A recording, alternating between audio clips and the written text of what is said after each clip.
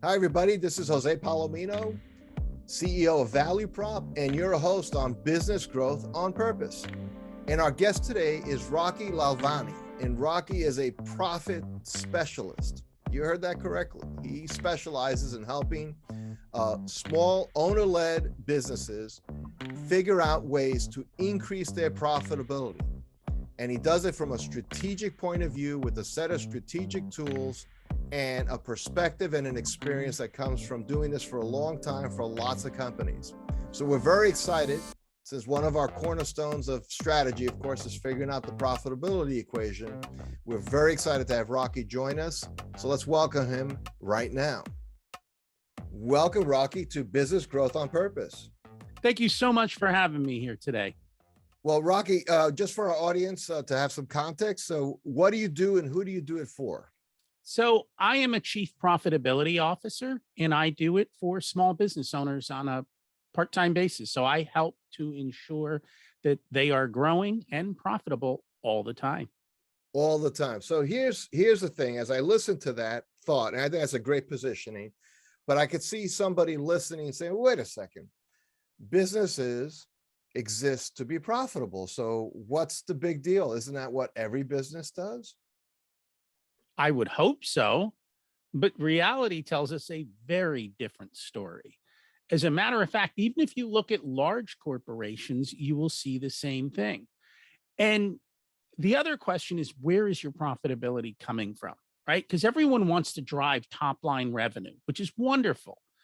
But how many people are focused on driving bottom line profit and make that the entire organization's focus? I think very few companies do that. And if you look around the landscape, you'll see it. You'll see it by their earnings and the way they behave. And when you ask questions, they don't have answers, because I think it's not that easy to figure this question out. And that's why everyone thumps their chest and talks about their top line revenue, but very few people will actually discuss their bottom line. But top line is a sign of growth. It's a sign of, isn't that the best sign of the health of a business? No. I mean, we were just kind of joking before we hit record. Look at Uber, right? Massive company, massive growth, tons of revenue. They're still not profitable. Now, if you're lucky enough to have people who are going to keep handing you money so you can spend it, that's wonderful. I think most business owners are not in that situation. I think most business owners are struggling to get more capital and then to conserve it and use it wisely. Well, it's interesting, right? So you mentioned Uber, but obviously the one that's become a little bit of the poster child for that approach is Amazon. And Amazon had patient investors for 20 years and to let it achieve scale. But there's one Amazon. It's not a formula for success. It's like you would see, sometimes you see young entrepreneurs say they want to be the second coming of Steve Jobs. And so they're very autocratic, they're very demanding, and they don't have great, healthy teams. The reality is, unless you're as talented as Steve Jobs, don't try to be him. You know, those aren't things that really work over the long haul. But what was his end game? What's his end game? I mean, he's no longer around, which is sad. Right. Life is short. Did he leave a legacy that people love? I mean, the way you talked about him wasn't very glowing, in the sense he was autocratic. He was this, he was that. People have said 100 years from now, Bill Gates will be remembered, but he won't. And it won't be because of what he did with Microsoft. It's what he did after. Because he left, he actually did something. Because he created a legacy. He's given away, he's given back, he's done so much more. That's the reality of it. I think we forget living when we're in business. And I'm a big component of both. Not only do you need to be profitable, but you need to keep the profit for a long time, and you need to live the life you want to lead based on your values, not on your bank balance and your checkbook. Well, so let's talk about that a little bit, because you know, that gets into the issue, of course, like why is somebody in business? Well, a lot of times people start a business because, well, I got to provide for my family, or they have a vision. I have a bigger vision than any employer is going to give me an opportunity to develop, right? Whatever that is. But the running of a business, especially a small business, you said something that I just want to loop back to because I think it's a very powerful statement. Unless you're in a business where people are just giving you more and more capital to work with, you have to generate capital through profitability. I mean, that's the only way you're going to have money to do something next year. Somebody listening to this might say, well, wait a second. So basically, we just cut all costs. Let's just cut all expenses and we'll become more profitable. So what is the right kind of way of looking at profitability and maybe an approach to profitability that's healthy and positive? So I don't think it's just about cutting costs. It's about cutting appropriate costs, because we do have to invest and grow in making our business better. So it's not just cost cutting, it's effective use of capital. So first off, I think everyone's been given the wrong formula for profit. Everyone's told sales minus expenses equals profit, which means profit's a leftover. It's an afterthought. It's something we find out at some point in the future. What we tell people is it's sales minus profit equals expenses. We take our profit first and we constrain our expenses. That doesn't mean we don't spend. It means we constrain it. And we know where our money's going and what purpose it focuses on. So there's a book by Jonathan Burns. It's called Islands of Profit in a Sea of Red Ink. And he looked at Fortune 500 companies and large companies. What he said after examining their financials is 20 to 30% of what they do produces probably over 100% of the profit. 30 to 40% of what they do loses money. And then the remaining 20, 30% in there breaks even. The question is, can you figure out in your company where the profit is? What are the things that are super profitable and what are the things that are causing you to lose money? So it comes back to where you started. If you're just driving revenue, you might be driving unprofitable revenue. You might be driving revenue that you have to work really hard at to make money. And you're wondering, why are we working so hard and we have nothing to show for it? By actually figuring out where are your profit levers, where is the money truly being made? And then here's the problem that you face. And this is what the problem was in the book. If you're the CEO of a Fortune 500 company and you go to Wall Street and go, hey, we're going to cut sales by 40%, but don't worry, we're tripling our profit or quadrupling our profit, that CEO is going to get punished. But in our small companies, if we can work 40% less and make twice or triple as much, that's a smart move. That's a wise decision. And that's where I think business owners need to be focused on figuring out where are those profit levers in their company.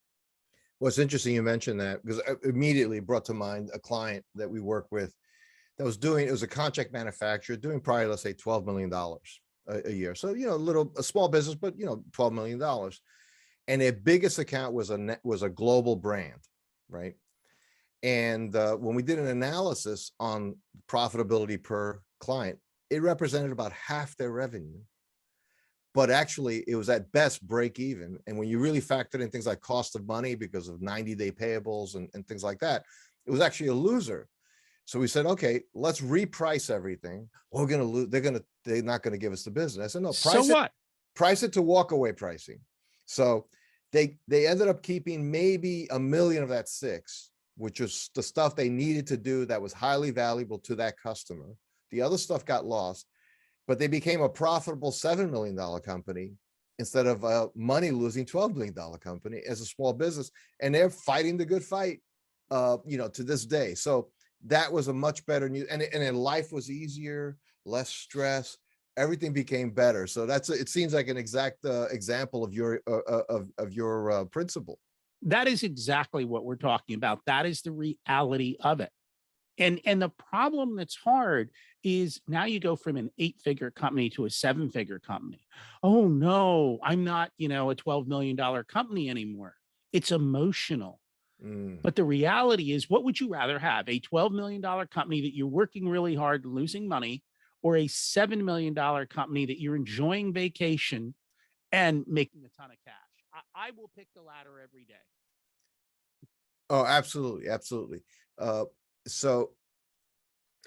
So you mentioned, Rocky, the emotion behind it, right? So in small business, it is a lot more emotional. It's personal, right? Like when I say it's not business, it's not personal, it's business. No, it's personal. You know, it's my house on the line, and these employees are like family. All those personal things I often hear. So how, you know, when you start with revenue minus profit equals expenses. So somewhere somebody's going to say, okay, so what level do I set desired profit at, right? So if I am a $10 million company, do I say I want to make $1 million? Why not say I want to make $5 million? What informs that formula? So we do have some standards that we use to say, hey, for a company of this size, this is what we expect for profit.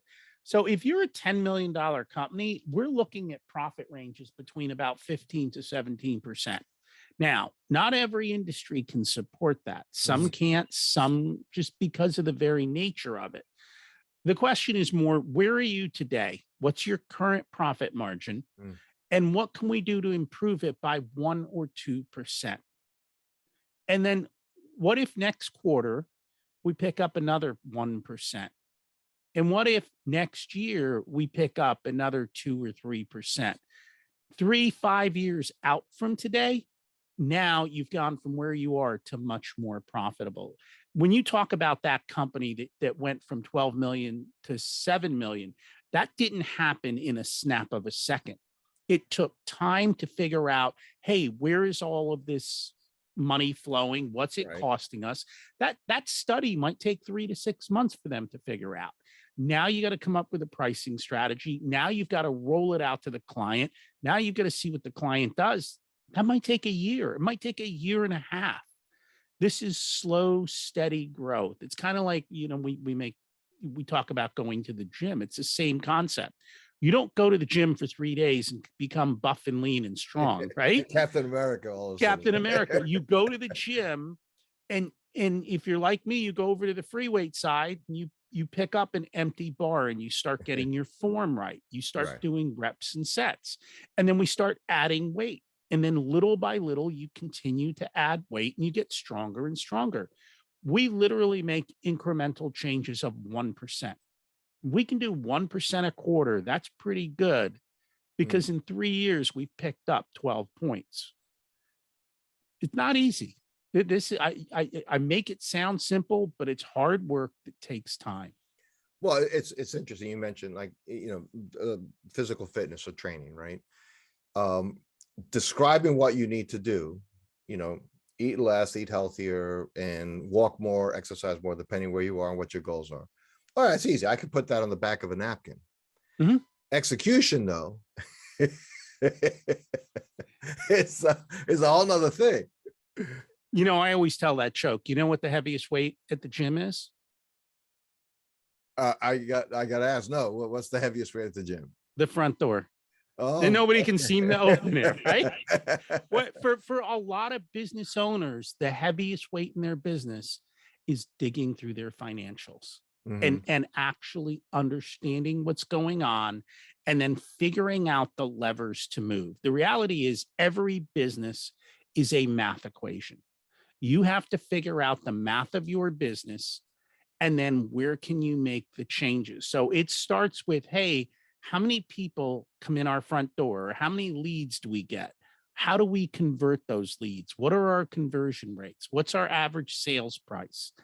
Okay, this is our average sales price. What's our average cost of goods for that? What's our overhead?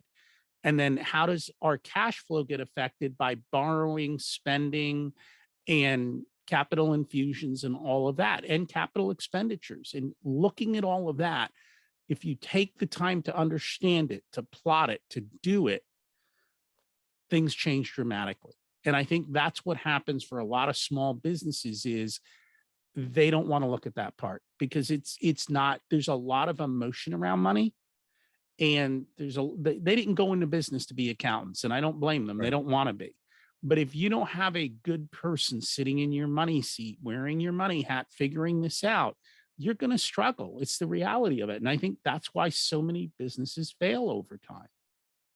Well, it's interesting because there's these like two forces at work. One is expenses in terms of like immediately as you were describing it, I was thinking, I wonder how often small businesses revisit their suppliers to try to just get somewhat better terms. Like and then you realize they've been and it's great to be loyal, and that's important. And maybe if somebody's been serving you well, you give them the last bite at the apple, but you got to know what apples are going for.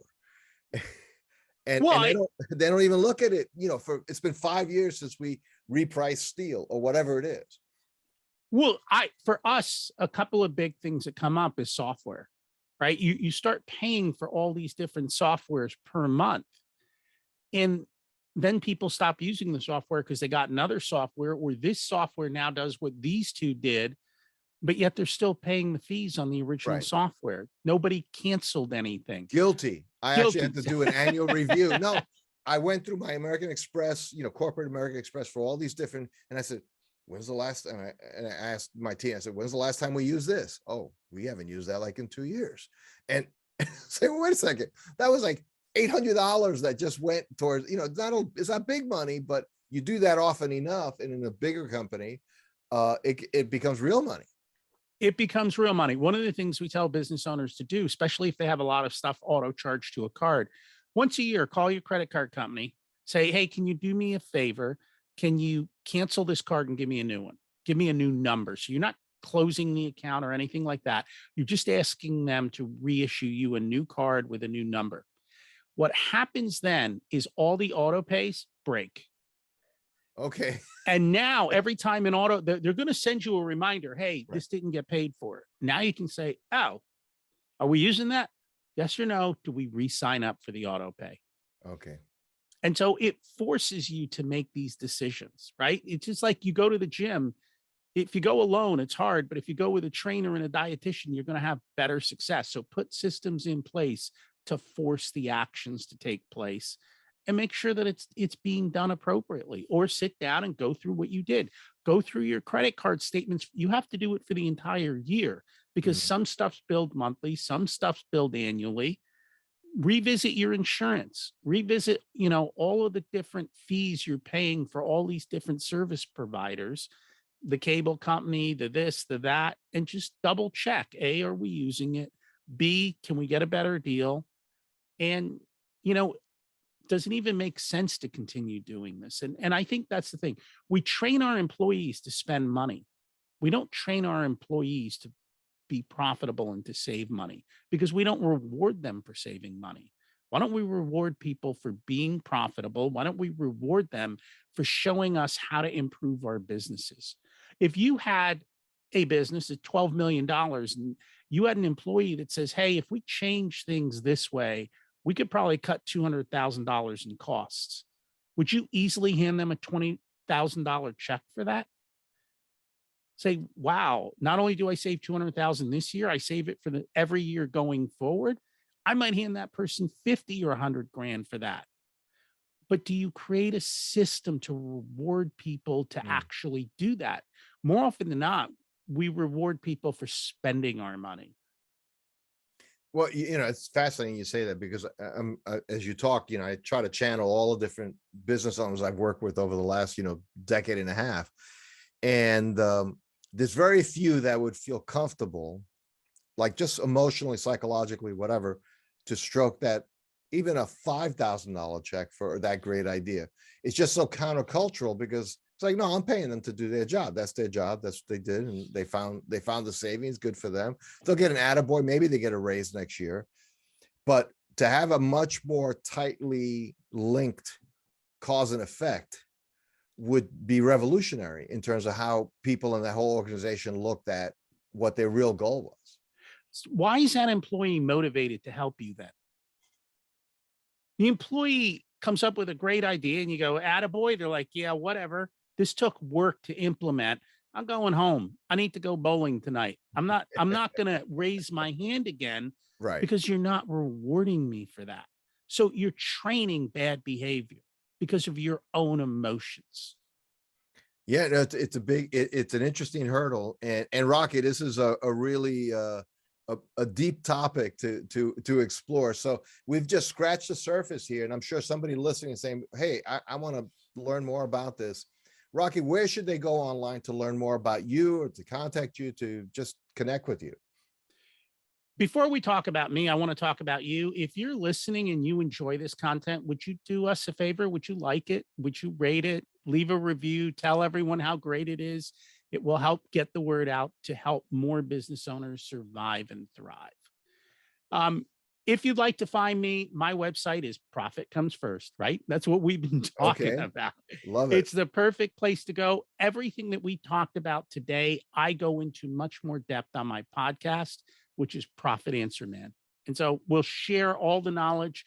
We give back tremendously. Everything we do for our clients, we tell the world. We give it all away. Fantastic. Rocky, thank you so much for stopping by Business Growth on Purpose. We really appreciate it. Thank you for having me today. Thanks for listening to another episode of Business Growth on Purpose. If you like the show, hit subscribe and leave us a review to help other people find the podcast. And if you're ready to take the next step in driving intentional growth for your business, come check out what we're doing at valueprop.com. We've developed industry-leading programs and systems to help B2B owners take control of their growth. Until then, thanks for listening to another episode of Business Growth on Purpose.